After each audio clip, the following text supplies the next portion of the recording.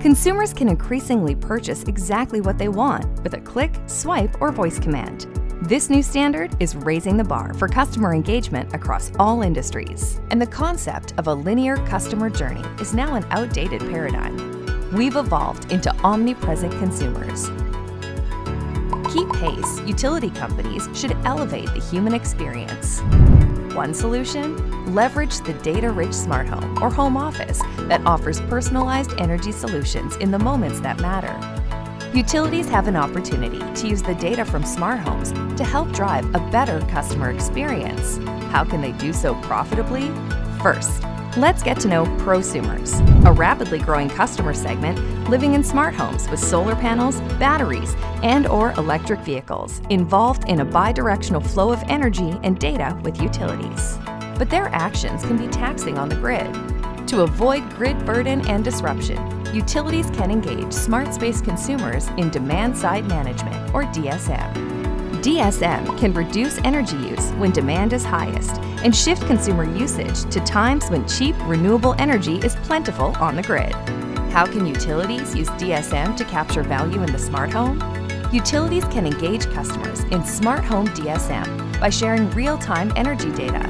Then, they can build voice-assisted DSM capabilities to further enhance the experience. Finally, they can equip smart homes for DSM via customized product bundles sold on utility marketplaces. How can you build a smart platform to leverage the next frontier in consumer engagement?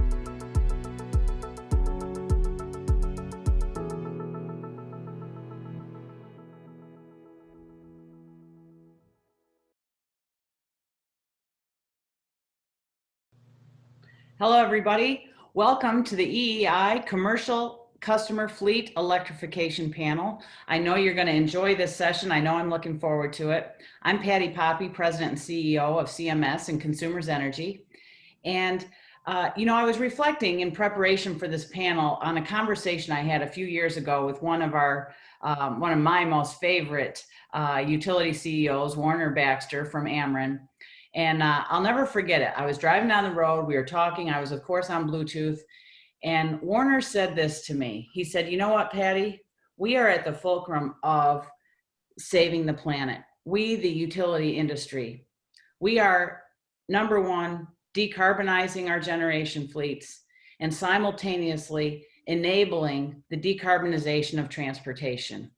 We can, in our lifetimes, have a meaningful impact on saving the planet for future generations." I was so struck by it, and ever since have been completely dedicated to making sure that our company is doing everything we can and enabling other companies to do everything they can. And we, the electric utilities, have a critical role to play in saving our planet for future generations. And I am joined today on this panel by two people who also understand the critical importance of decarbonizing transportation. And so I'll get right to it. I know you didn't tune in to hear from me.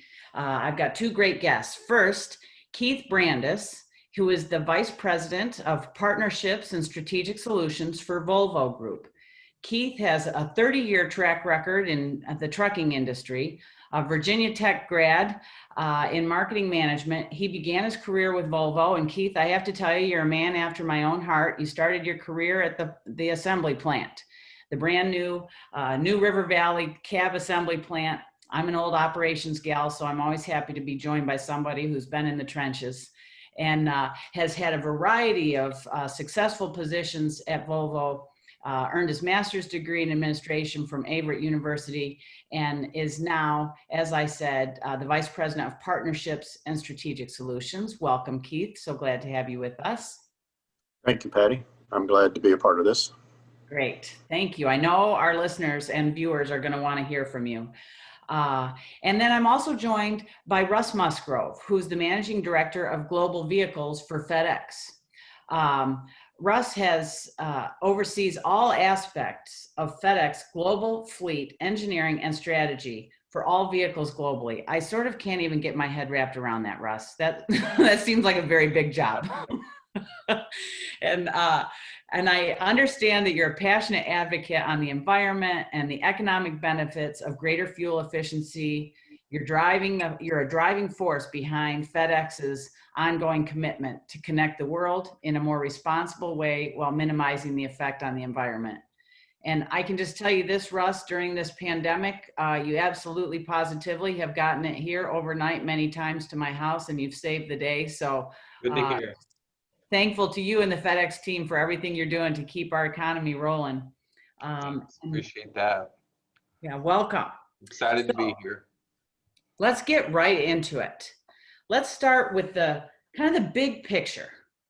We've seen new regulations in California, for example, that will require truck manufacturers to produce electric trucks, and in other states that have signaled that they may want to head in the same direction. So I'm going to ask both of you this opening question, and I'll start with you, Keith. What's your company's leadership position on this electrification push for trucks, and where are you on this electrification journey today? Yeah, so in regards of our company's position, we've had in care for the environment as a core value for really since the founding of Volvo. And we've really defined more clearly now our role as being part of the solution, not just pointed at as the problem. And that is, how do we bring sustainable transport to the marketplace? And it has to fit the customer needs. It has to be reliable and safe, of course, but also bring a return on the investment the way that we typically introduce our diesel product to the market. Around 10 years ago, we started this journey in transit buses, what you see in most of the cities in Europe. And that was more convenient for us to start because we knew that the bus routes are relatively short, that they could have charging at the depot where they begin the day, as well as the lower speeds and lower weights for the medium duty type of bus operations. We learned quite a bit, and we went through hybrid versions. We went through plug-in hybrid until the batteries became reliable enough that we could have full battery electric buses. From that, we took the technology steps and transferred it into medium duty trucks first. The types of trucks that you see in the European cities, in the narrow streets, and running through the daily operations. Again, we were able to refine the technology, meet the customer expectations on uptime, but also start to understand that it required a charging infrastructure. So now we are rolling out, and we're planning for production start later this year of battery electric trucks in North America. That is great news. We can't wait to power them. So I can't wait to hear more about that. Thank you, Keith. So Russ, talk to us a little bit about FedEx's strategy and how fleet electrification plays into your company's overall sustainability strategy, carbon reduction, et cetera. So one of the things about FedEx is we truly are a global company. We operate in over 200 countries, and we've been working in the prototype space, proof of concept in Hong Kong, Berlin, Brazil, basically around the world for many years. Since 2010, we've been actively involved in the proof of concept, validating millions of miles on electric vehicles to determine the true total cost of ownership and what electricity as a vehicle fuel can actually do for us. As a general rule, I like to say we're energy agnostic, but in our duty cycle, in what we do, which is last mile delivery, frankly, electricity is the most efficient energy source for a vehicle fuel that we can find. We kind of picked California as our ground zero for scaling. We want to be an early adapter, but we really want to scale. We really want to get to tens of thousands of electric vehicles as quickly as possible, and there's a lot of different pieces, moving pieces to that, and the utility is probably one of the, for me personally, the one that I'm most focused on now, as more and more OEMs and other startups are becoming serious about being able to get to some level of scalability for tens of thousands of trucks, as opposed to building 100 here, 200 there over a period of years. So globally, it's a global project. We intend to electrify our fleet where we can globally. So it's an exciting project for the whole team. So Russ, is that the project that you announced that was the order of 1,000 electric delivery vehicles from a startup called Shanji, or is that something different? The name has changed, right? Okay, And that's our first scaled project. It's a Chinese company. It's a very sophisticated factory in China. The company Change is actually here in US in California. We have great partners with CalStart and with the utilities in California. So it was just a perfect place to start that first scaled project. So putting in 1,000 vehicles, we're currently in construction. COVID has been a challenge. We've had so far 24 outbreaks of COVID-19 with our construction crews in our facilities as we do our installation of charging systems inside the building. So it's been a challenge, but the Change vehicle itself was chosen basically because I have a factory that can build 1,000 vehicles in a fairly short period of time. And California has built an ecosystem that makes California very exciting in various different ways, including funding to be that launch facility, that launch state. We have vehicles in New York and Chicago, cold weather, hot weather, but our first scaled project will be that 1,000 units, single scalable 1,000 units in the state of California. That's awesome. And Keith, you have some exciting things happening in California too, though I will always make a plug for Michigan. So whenever you want to come to Michigan, you let us know. But Keith, you have an exciting project called Volvo Lights in Southern California. Do you want to tell us a little bit about that? Yes, so the LIGHT stands for Low Impact Green Heavy Transport Solutions, and it's a public-private partnership with 15 key suppliers, partners that are contributing and matching up to $90 million. We will start with 23 pilot trucks in 4 sites. It includes everything in a complete ecosystem. So we are able to go in and replace all of the propane forklifts with electric forklifts. We're adding electric yard tractors, as well as the Volvo heavy duty battery electric trucks and tractors. We're adding solar on some of the customer sites, as well as all of the charging infrastructure for these to run in daily operation. And then we'll have a Friday to Monday comparison to show not only the air quality benefits, but also the operational benefits of battery electric vehicles going forward. We're involving a number of stakeholders like the ports of Long Beach and ports of LA, and then working with drayage operations to the Inland Empire. We have 2 community colleges that are putting together curriculums for technician trainings, because this is not the same as working on a diesel unit.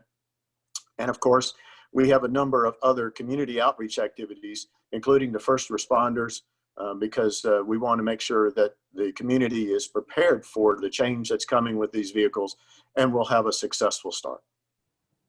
So Russ, one of the tensions we see here in electricity as a transportation fuel are the important implications for fleet operators to think about. I'm sure you've spent more time thinking about our industry than you had long before. So charging strategy, rates, planning for infrastructure, things you didn't have to worry about before. How are you thinking about it now? Tell us about some of the opportunities and the challenges in electrifying your fleet. So Patti, I'll tell you that we started off, when we started this journey, a lot of the focus was on the vehicles itself, right? So we were hyper-focused on getting a good electric truck. It has to be a really good truck. And we kind of started with that. For 2010, our focus was, trying to get right vehicles, get global projects around the world, having vehicles on the road running, many millions of miles to basically make sure that we had the right fuel. The last year or two, my focus has really been on utility charging infrastructure inside the facility. The majority of our facilities are built in warehousing areas. So basically what happens to us is a lot of times there's just not enough energy. When you start talking about putting 150, 100 electric vehicles inside a building, we're having to be real creative in the types of charging systems that we use inside the building.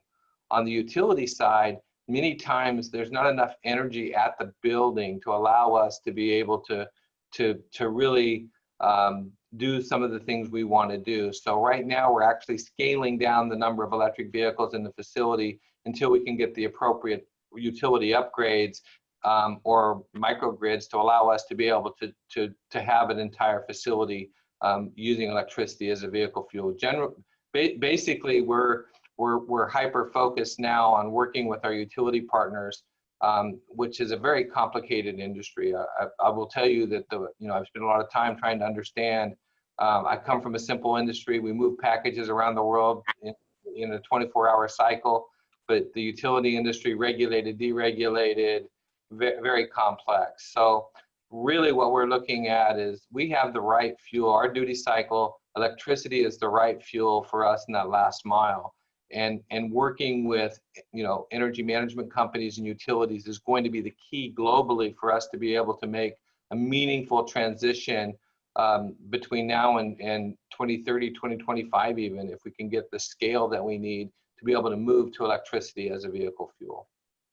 Well, we of course want to make that as seamless as possible, and we do recognize we're a little complex as an industry, but we're working on making that easier for you. And Keith, you must have a point of view on this, as you hear one of your big customers in FedEx and all the demands people have for the electric transportation infrastructure. You're a critical provider of the vehicles. How do you think about that and the role that Volvo has in both opportunities and challenges of electrifying huge fleets like FedEx?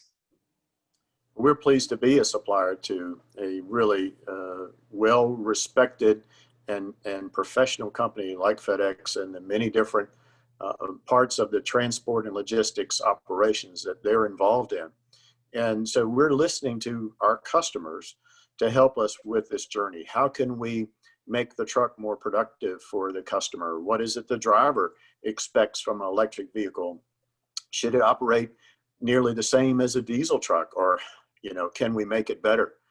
Because we know it's going to be quieter, we know it's going to accelerate, we know this is going to have certain benefits versus an internal combustion engine. But I think more broadly is we're also on this journey for charging infrastructure. And what we're finding is it's not just to put a bigger transformer on the site because you're drawing more power. It's how can you look at that entire site and optimize it based on the daily routines as trucks are ready to leave in the morning and come back in the evening, and the overall energy usage, and maybe energy offsets with solar or wind or other means in order to look at the entire daily cycle. And so for both of you, there is a need, obviously, and we're hearing it just in this conversation, the need for collaboration between your companies, the technology providers, maybe the charging infrastructure providers, obviously the electric utilities. In your experience so far, and I'll start with you, Russ, but I'll come back to Keith for the same question. How's that collaboration going? And are there ideas, and you can be honest with us, we can take it, we need to hear it. Are there ideas on how we can improve the relationship so that we are all moving in the same direction? Russ, why don't you start? Sure. So I'll start and build a little bit off of what Keith said, because I think it's important that you have to look at the whole ecosystem, and there's multiple stakeholders involved. So you have the inside the building charging, and you have the utilities. So I've been very blessed to do some projects with some amazing utility companies on both the East and West Coast. They were true business partners when we were in our science project phase.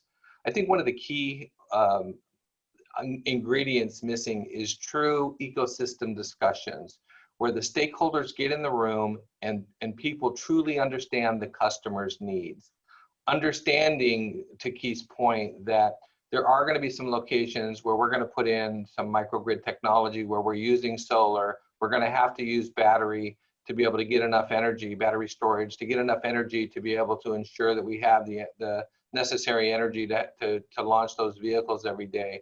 But getting everyone in the room to understand it's an ecosystem.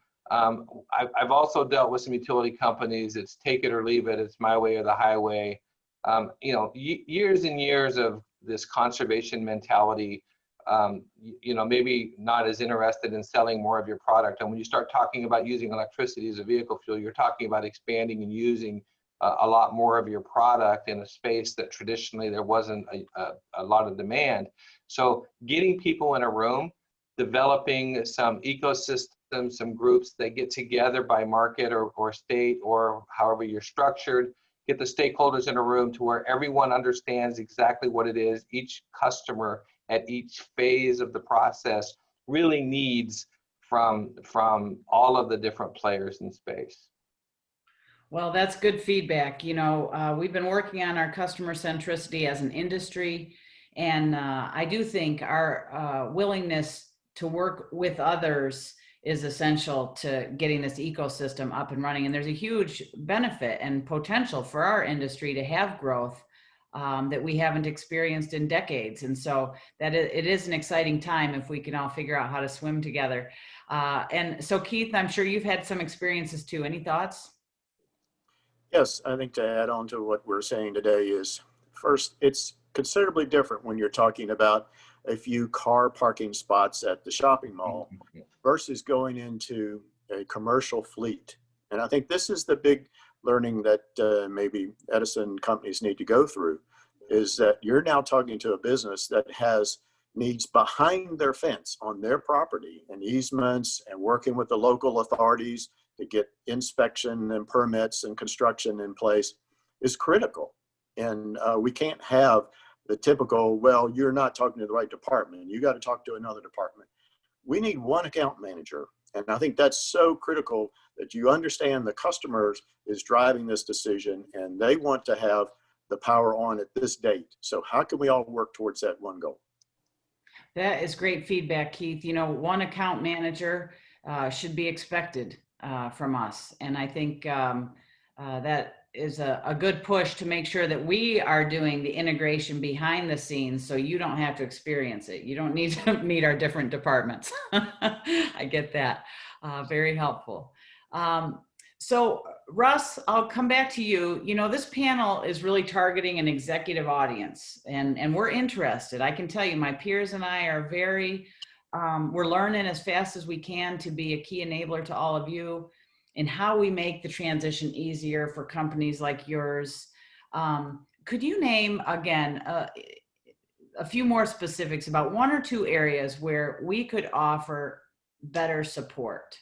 So I think Keith touched on it a little bit. So I really do have two asks. One would be a dedicated fleet EV program or department, a group of people that understand our business, understand us as a customer, understand that when you're going to need megawatts of energy and you're going to put hundreds of trucks in a facility, what that looks like, and to help us get the information and do the things that you need us to do. So really a dedicated fleet program where we go to your fleet department. Your fleet department helps us assess the business plan, helps us understand. We help you understand what our need is, and then you help us understand how we get there, to help walk us through all the various different pieces of trying to make these projects work. I think that would go a long way. And then second is the rates, and it's all across the country, it's different, actually all around the world. I spent a lot of time in London trying to understand their utility company also, but really trying to help us stabilize the electricity as a vehicle fuel when it comes to rate support. So demand charges, what does that look like? How does that happen? Getting a price per kilowatt, maybe working through and understanding maybe some out of the box thinking where we talk about a fixed contracted kilowatt rate, including some of the infrastructure, that we need to put in there, and just basically help us stabilize the energy costs. I mean, we have to be realistic about one thing that's going to happen. And being an early adopter, one of the advantages I'm going to have is I'm going to get a little bit in front of this and get a little bit of the zero road tax kind of scenario. But eventually, they're going to start taxing electricity in some way when it's used as a vehicle fuel. And having a partner that helps us understand and work with the rate structure, helps us stabilize the rate structure to where we can truly plan and accelerate our scalability of this project. We need to really be able to count on stable energy costs, understand what that price model looks like, understand how we can take some of that infrastructure cost and build it into the per kilowatt cost. So those two things I think would go a long way. A big part of it is understanding what we need. Just as important is for us to understand some of the things we can do to help you support those two initiatives. I think that would help us the most. You know, Russ, that is a really important push that you've made here. And sometimes I hear in my industry, people talk about, well, gasoline prices fluctuate every day, but not at FedEx, they don't. At FedEx, you buy contracts, you know exactly what your fuel cost is going to be. And so I don't think the industry, and certainly our regulators, probably haven't fully reflected that. And so it's a really great push. And I would offer that our partnership is going to be really important, because there will be times when your voice in a regulatory proceeding, and maybe you've experienced this already, is very influential. You know, our regulators have to be objective, and they may not always do everything we say needs to be done. But when they hear a FedEx say, this is what we need to be done, it can be very helpful in us advocating together for the right policies.